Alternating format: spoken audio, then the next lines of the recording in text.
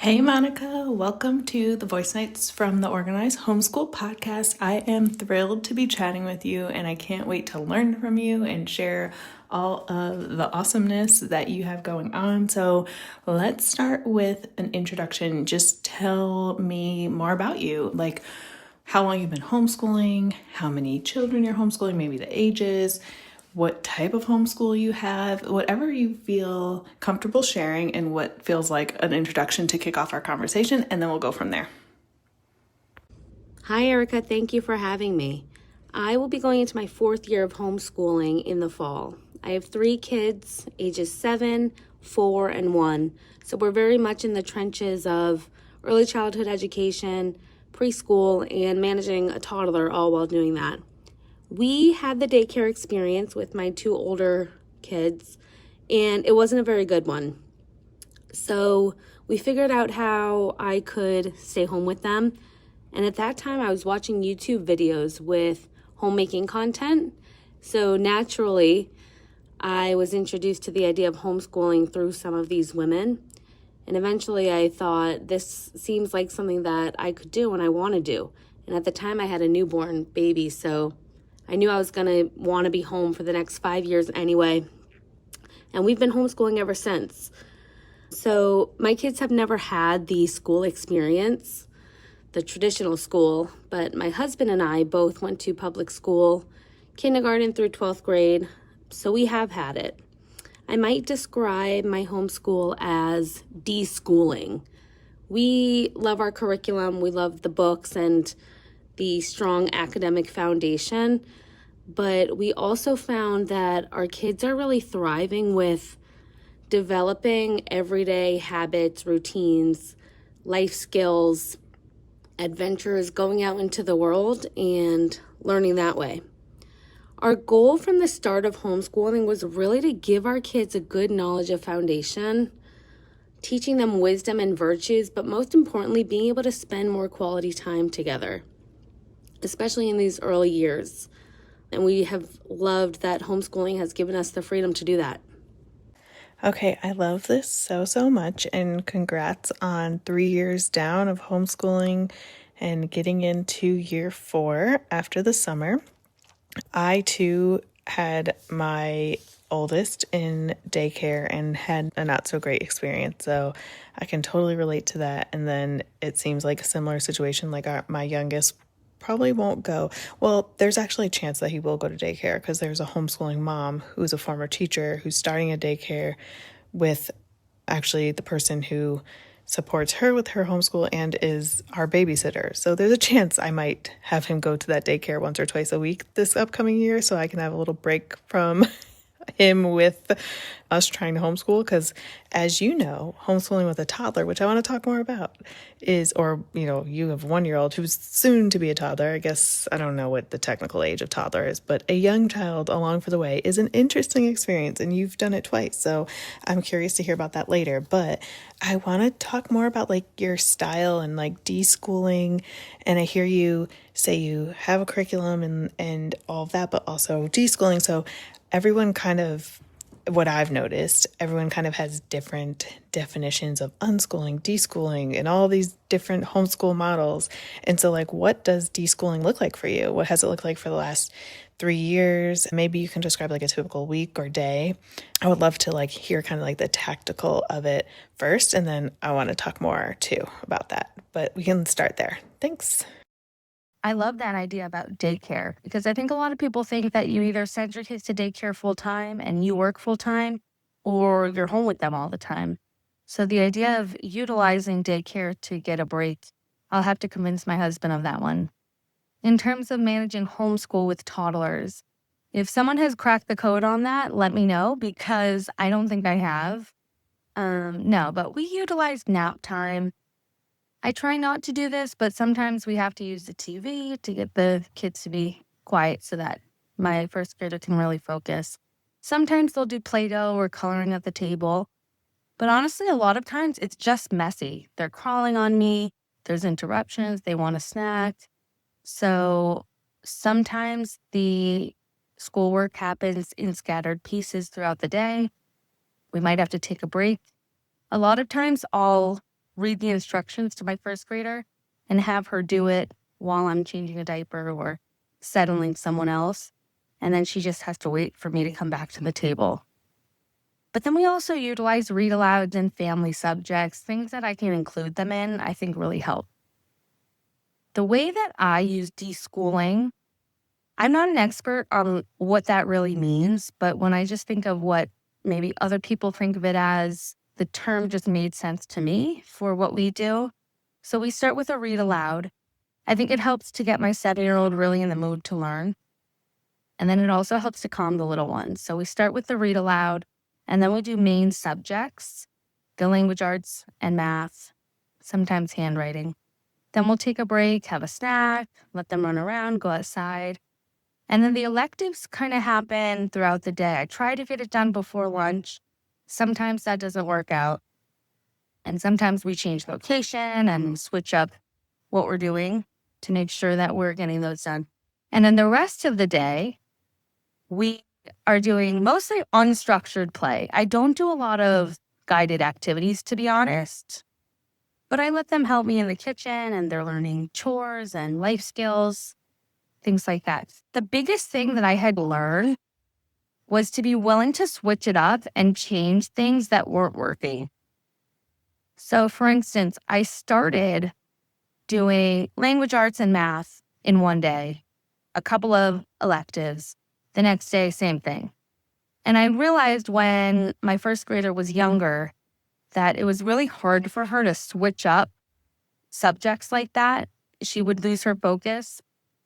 So what I ended up doing was language arts one day, 2 lessons, a couple of electives. The next day, 2 lessons of math and a couple of electives. So we were doing the same amount of lessons in a week per subject, but we weren't having to transition as much. And I think that was helpful. As she got older, I found it was more beneficial for her to be using both her language arts brain and her math brain every day to practice. And she was able to tolerate that switching of subjects more easily. So we've gone back to doing language arts, math, a couple of electives each day. So I've just learned that it's good to be willing to change things that aren't working. And just because you planned something over the summer or before you started the year doesn't mean that you have to stick with it forever. Your schedule can change. Your kids are growing. They're learning new things. They're always changing. And so being willing to change up how you homeschool with your kids is helpful, not just for the kids, but for you as well. My understanding of the term deschooling is that it's really a breakaway from the way that traditional school works. So our homeschooling really came about organically because it was mostly a continuation of what you would do at home with non-school aged kids. So we start with a read aloud. We do a little bit of academics, a little bit of electives, but a lot of our day is spent doing unstructured play, spending time outside, reading, and spending time together. Okay, this is all so good. Thank you for sharing. I so appreciate, and I know someone else is going to appreciate your take on toddler life, because it is just messy and it can feel in the moment like, oh my gosh, I'm doing something wrong. Like, how do I get this to feel like a more, calm and less interruptions and less screaming or falling out and crying. And actually, that's probably super unrealistic because of the age of your toddler, right? And they're supposed to be doing that. And so it's going to be messy when you're trying to do something else, because if your toddler is anything like mine, he wants all of my attention, and so he's not happy when I'm doing something else. So not all the time, but a lot of the time, so we have to figure that out. So I just have to say that thank you for saying that and offering that as a good reminder to all of us. And then appreciate you sharing a little bit how your day looks and what deschooling is to you. That is a super strong definition. It landed more for me hearing you say that than I have all this time I've spent researching or looking online and hearing other people. So I appreciate that. And the lesson you shared of like being willing to switch things up is so, so good. And I know someone needed to hear that too. So we also did similar switching things up. We were trying to do everything in one day because I'm like, oh, we only have one child versus all the children in a school, so we should be able to do it. And it still was just like, this is too much. So we switched things up similar to how you shared. And so I had to go through it. But if, we can help someone who's like, oh, maybe I don't have to feel bad about switching things up, I can just do it, then, that helps. Okay, so I'd love to talk about what resources do you use? Are you using a curriculum for core subjects, or are you using any online resources with doing some deschooling? Do you do the lessons that you do? Are you grounding them in real life? Like, what does that look like? Resources and planning, if there's any planning that you do, I would love to hear that, and then we'll go from there. We use The Good and the Beautiful for math, language arts, and handwriting. And we've been lucky enough to have been handed down a bunch of random resources. So each year I'll go through and see what we might want to use.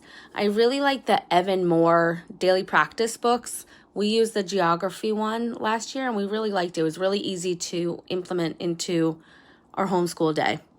Right now we're on summer break and we're using Reading Eggs.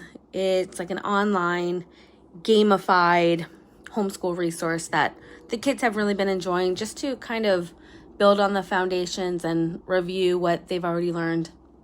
I'm also a little bit too ambitious because I like to make some of my own unit studies. I don't have any background in writing curriculum or education, but I just piece together things that I find. I make worksheets that I think they would enjoy doing, and it's a great way to customize the learning if you're willing to put the time and energy in doing that. And I find it kind of fun. We also rely pretty heavily on the library and YouTube videos. We really like Arts for Kids Hub on YouTube, so we use that a lot. And we just kind of draw from a bunch of different resources, especially for the electives. Okay, thank you for sharing. These are some great resources. I'm going to check out the Arts YouTube channel that you mentioned because I am not the best at coming up with good art projects and things, so that might be good for us. So thanks again for sharing that. I'm curious to know, before we move on, sticking with like the same area of questions, what does your planning look like, or anything like organization wise when it comes to your children learning, in terms of, even organizing the materials, organizing the lessons, planning. And then you kind of talked about a little bit, and maybe it's, just as simple as what you said in terms of the unit studies, but I know there's a lot of people out there who want to do unit studies. So any guidance too you can give as you think about creating your unit studies, what does that look like? Yeah, so I'm loosely planning for the next school year throughout the whole year. So I have a Google Doc that I just add to whenever I see a resource that I want to use or an idea that I have, I'll just add to that. And then in the spring and summer, I go in and finalize what resources I want to use, the daily schedule that I want to have, and any unit studies and resources that I want to make myself. For my planner, I think by the time this episode of your podcast comes out, I'll have a post on my Instagram page called Small Quiet Lessons. Go check that out, and I'll have a post where I share my planner. I want so badly to be a planner girl because I love how they look. I love the aesthetics of it, but I'm such a minimalist that for me to use a planner, it has to be very easy to use and enjoyable to use. So go check out my page, Small Quiet Lessons, to see my planner. In terms of where I keep all my stuff, we have a homeschool cabinet that I try to keep organized. Of course, all the time it's getting messier and messier, but because it's in one contained cabinet, it's pretty easy to go in every once in a while and organize it. So that's where we keep all of our stuff. This year in particular, I'm really focusing on simplifying our homeschool so that everything is easy to use and put away daily. And making unit studies. So like I said, I don't have any experience or training on making curriculum or anything like that. So to make a unit study that I can customize, I will just Google learning objectives for the particular subject that I want to do. Let's say it's oceanography. I'll Google first grade learning objectives for an oceanography unit. And then it'll give me some ideas of the topics that I should be covering. From there, I'll look up library books, Teachers Pay Teachers, Pinterest, to find other ideas of things that I want to dive deeper into in the lesson, activities to do, worksheets, science experiments, things like that. I've also found social media groups to be really helpful in finding field trip ideas, activity ideas, and that's how I make my unit studies. I try to make them pretty simple and things that we can dive deeper into if we want to. But I think for most of my homeschool, it is more effective and easier for me to start really simple and build on it as I go, rather than doing all this work to create a really in-depth unit study and then not having the time or energy to implement it. So I just keep it simple and we go from there. This Google Doc is so genius, and I think it is what people need in the world of there's a billion things you could be doing and a billion places where things are. So one of the things I also do that's similar to this, and I recommend all the time, is you have a single source of truth. And so I love that this Google Doc is like the one place where you're keeping everything as you go out throughout the year. I also love that this is like a capture system. It seems like it's a capture system for ongoing reflections, possibly, of maybe things you want to tweak and things like that as you go through the year, so you don't forget that. So good, because oftentimes, like, by the end of the year, you forgot what happened in October. And so that's so good. I actually was having this conversation with the homeschool moms inside of the group that I'm hosting now for planning for next year. And I was just sharing, like, just set up a system so that you can look back at the school year and make it easier to reflect on that year when you're ready to plan for the next. So smart. I would love to know what your, like, you said your planning is really simplistic, and you're going to have your planner to share that you're using and that I'm assuming you're sharing. But I recognize you might not know this right now, so if not, totally fine. But what does simple planning look like? Because I think a lot of times people don't do it because they're like, feel like they have this big expectation list of being really thorough, and to your point, like having all these beautiful color coding and stuff, so they don't even do the simple planning. So if you could paint a little bit of a picture of maybe it's like what the layout of your planner will be, or just what do you do week to week, month to month, day to day, however frequently you plan. I'm curious about that. And then you mentioned your big goal is like simplifying this year. So in what ways are you thinking about simplifying for this year? Okay, so the reason why my weekly and daily planner is so simple is because I just keep my place with a sticky note or a bookmark in the book. So I'll still write down the subjects, language arts, math, science, but I don't need to keep track of what lesson I'm on because I'm keeping track of that in the book. What I do plan is the elective stuff, the crafts or supplies that I might need, so that the night before I can set everything up. I'll plan any books that I want to use or videos that I want to show, just so that I can refer back to it and not have to do too much searching during our school day. In terms of simplifying, I'm really focused on, outside of language arts and math, choosing curriculum that takes 5 to 10 minutes each lesson, or has independent work like a video or music. Anything that's lengthy or requires a lot of setup or supplies, I find that I just don't want to do, the kids don't want to do it, and then I end up not doing it. So I'm focused on finding things that are either in a workbook or can easily be set up, a craft kit that's set up for you, a book that I can just open, or a page that I can pull out of a workbook. The other thing that the buzzword that I'm also looking for is open and go things. So that's how I'm simplifying, making work less for myself, being able to just open the book and enjoy the homeschooling without all the extra planning and work. Okay, I love the simplicity of it. I am big on trying to simplify things as well, because why overcomplicate, right? So this is all really, really good. I have a question and I want you to not hear it. I hope it doesn't come out as if I'm judging, because I'm not at all. I'm just making an assumption about how you could have maybe felt, but you probably you could have not felt this way too. But I'm just curious because there's so much online that is not simplified, right? Like that's like over the top and really just it can look extravagant. I don't know if it is extravagant, but like how do you then know that the simple route is working, or how do you feel like you're doing enough when you see people who are color coding their planner, right? And like if you're like, I don't even need to write this anywhere because I'm using a sticky tab and it's working for me. How do you continue in your confidence and in your belief that like this is good? Like even if it's simple, it's still really good for us. And like, you know, you're in your 4th year, you know what works. And obviously you're always going to grow and improve. Your kids are going to change. So something that could work one month might not work the other.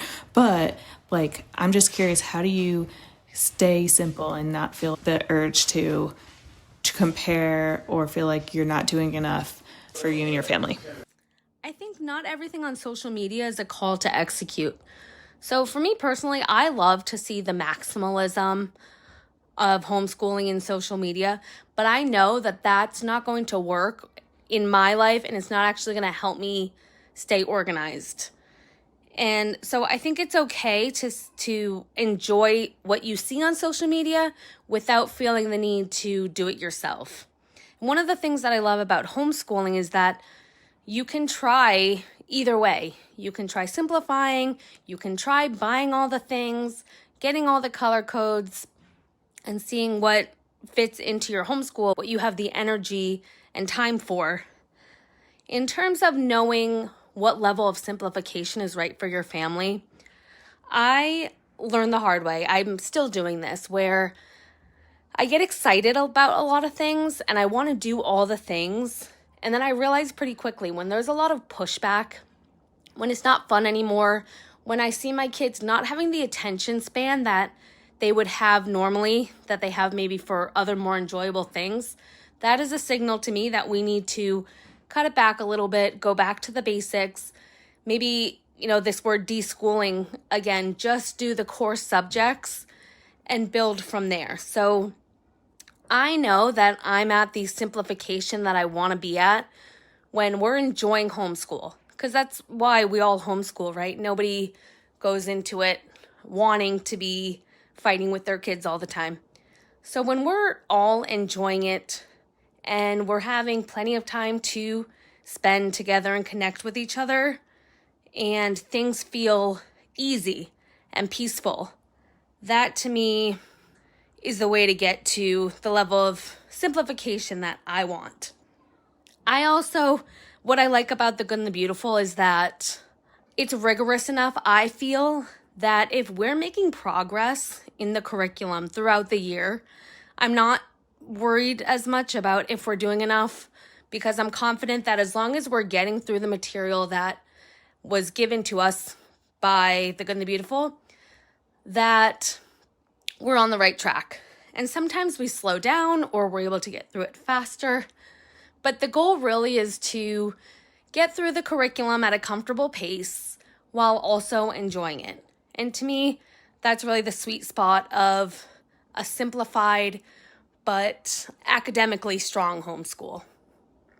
The last part needs to be put on a billboard. Like you said, the goal is to get through the curriculum at a comfortable pace while also enjoying it. Simplified but academically strong. That's so good. I know that that is going to land with someone. Someone is going to resonate with that, and that's what they're going to be striving for. And I'm grateful for you being an example for that. So thank you so much for sharing all that so far. I am curious to know, you're 4 years in, and I would love to know, what was a challenge or a fail that you had at some point? What did that look like? What did you go through? And then how did you, either turn that into a lesson or get to the other side? Because I'm sure I probably have had that, or will have it, or might be currently having it, and maybe someone else who will listen to this too. So I would love to hear one challenge, your biggest challenge, whatever feels good sharing. The biggest challenge that I had, or the biggest mistake that I made, and this is so cliche because everyone says it, I started too early. My oldest was 5 in a couple of months when I started formal lessons with her, and we both really struggled. I thought maybe it was the curriculum, maybe it's me, maybe I need to make it more fun. And we pushed through. And then the next year, when she was 6, she picked up on the material so much quicker because she was ready for it at 6. We like to think that they'll just learn what we teach them when we teach it to them, if we have the right tools. And don't get me wrong, the right tools can be magical for your homeschool, but also they're going to learn when and how they want to. With my next kids coming up, I'm for sure going to wait until 5.5, maybe 6 years old to start formal work. And if they want to do stuff before then, I'll let them do it. But I am definitely in no rush. And I know it's so exciting, it's so tempting to just start, but it's not worth the struggle if they're not ready for it. Just wait until they're ready. They'll let you know pretty quickly. But I definitely still wonder all the time if I'm doing enough, if I'm planning enough, if I'm prepared enough. And when you educate at home, you don't really have much to compare what you're doing to a standard.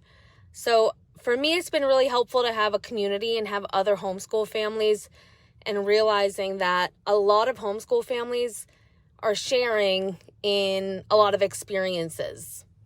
But yeah, I'll probably always wonder if I'm doing enough.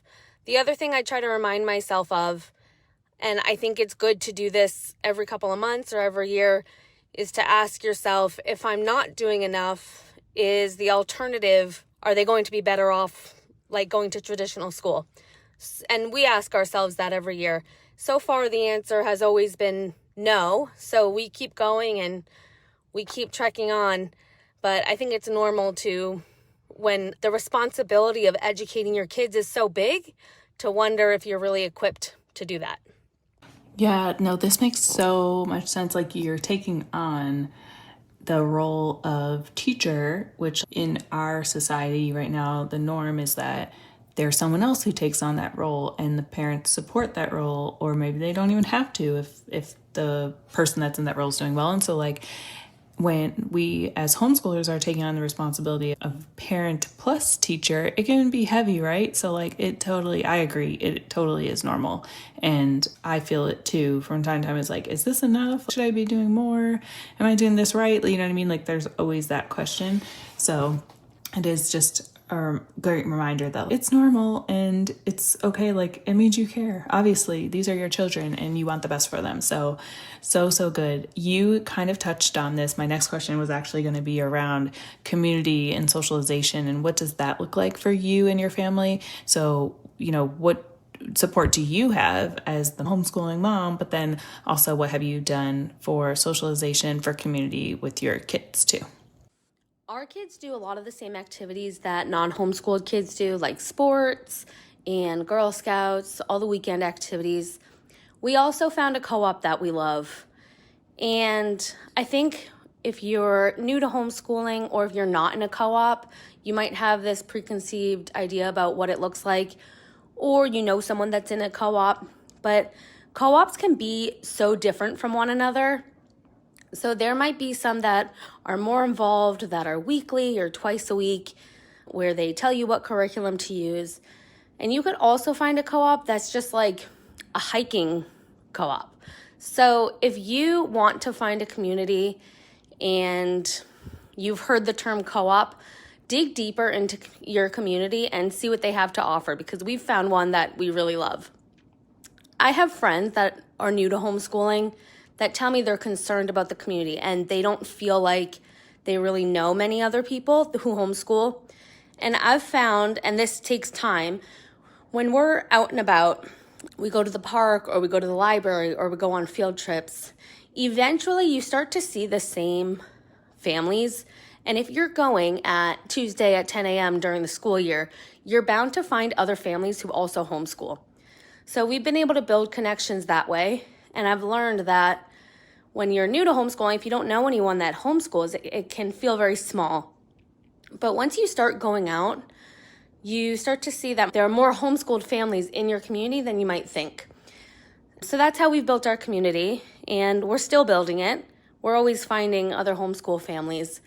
And of course, it's really helpful to be able to share in that experience.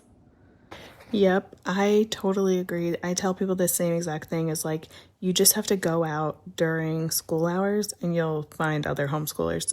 Go to places where someone would bring their kids, like a library, a park, a play gym or something like that, and then talk to people. Like, you'll see the same faces like you're saying. You ask them, oh, do you homeschool? Like, what are you doing here on a Tuesday at 10 a.m.?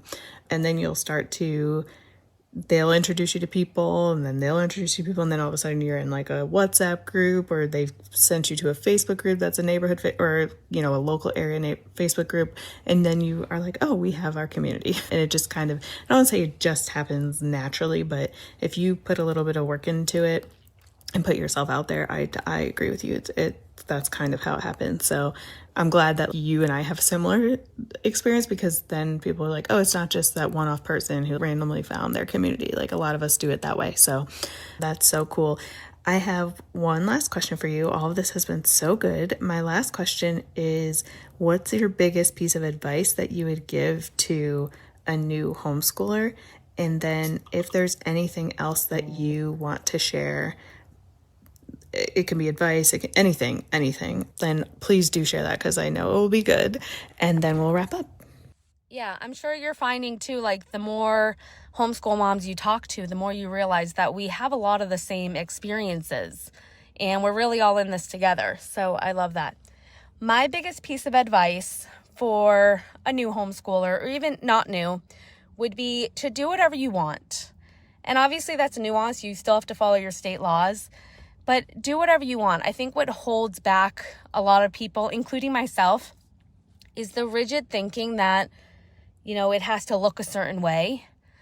But I think we can just make it however we want. If we want to do a co-op or not, if we want to have a ton of curriculum or we want it really simplified, we can do whatever we want with it. And to really explore all the opportunities and options that your area has to offer to your homeschool. So whether that's co-ops or programs or classes, other homeschooling families, really explore the area and see what you want to add into your homeschool. And talk to other moms. Always be talking to other moms, seeing what they're doing, what they're not doing. Listen to podcasts like this one. Follow homeschool moms that you like. Maybe it's me at Small Quiet Lessons. And just make it your own. Take what you like, leave what you don't, and do whatever you want.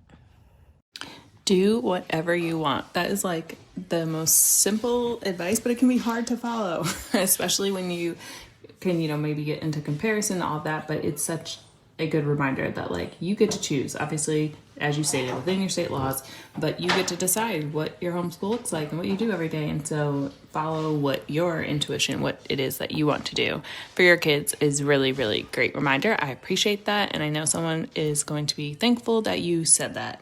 You already started to mention your social media, but last thing is, let us know if there's anything we should be looking out for. I think your episode will be coming out beginning of July. So if there's anything you have going on, where folks can find you and stay in touch, follow up with you, ask any questions I didn't ask that they might have, and that will be it.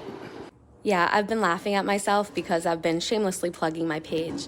But I love being home, so being able to build a community on social media and connecting with other homeschool moms has been really great and really fun, and I look forward to doing a lot more of that in the future.